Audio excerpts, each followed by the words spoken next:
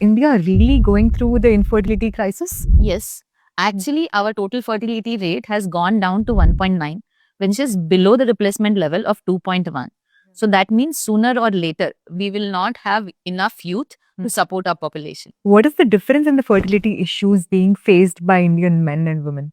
So Indian women are genetically predisposed to have earlier menopause, which means they deplete their egg reserve earlier. So they should plan their pregnancies early.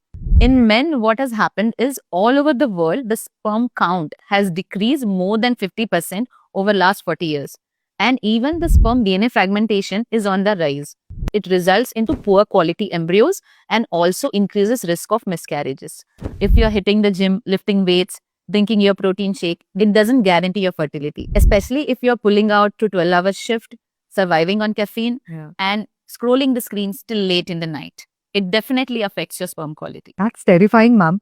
But society still blames women first, right? Exactly. Most of the times, it's women who undergo the test. They start taking treatment, like even hormonal injections. And after some time, we come to know the issues actually with the men because husband never took the test. So what happens is by the time the couple reaches a fertility specialist, they've already lost the critical 2 to 3 years of their peak fertility. So, ma'am, what test can a man go through in case of infertility issues? So men at least should undergo basic semen analysis. They should also consider taking a test for sperm DNA fragmentation index. Now there is an advanced AI-based semen analyzer, which helps me in analyzing the sperm and also selecting it for IVF.